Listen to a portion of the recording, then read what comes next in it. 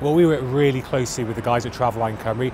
They're an important part of what we do, and that's because they share the same ethos as us, and that's about communicating with bus users and people who use public transport. Very recently, we became the first bus operator to link up with their journey planner. We've put that on our website, and that gives people a usable function online to find out about local bus services that we operate, and basically how to get from A to B in the click of a finger.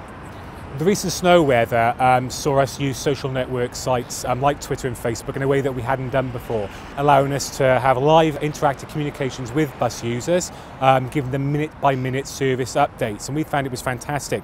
Traveline Cymru really supported us and helped us a lot in what we did with that.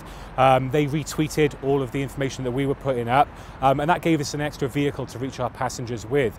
We saw a big surge in the number of people that use Twitter and feeding back in us nothing but positives, basically saying how they thought it was a great way of getting that live information, and from our point of view, that's fantastic to learn. In 2011, we became the first bus operator to launch a student smart bus card called Unigo, and that's a card that's available to students at Newport University and gives them massively discounted travel on our bus network. We find that what we're doing there is making an investment by encouraging them to use bus services now, getting them attuned to using bus services by encouraging them through discounted bus rates, and then they're obviously going to use the bus when they become full working adults in future.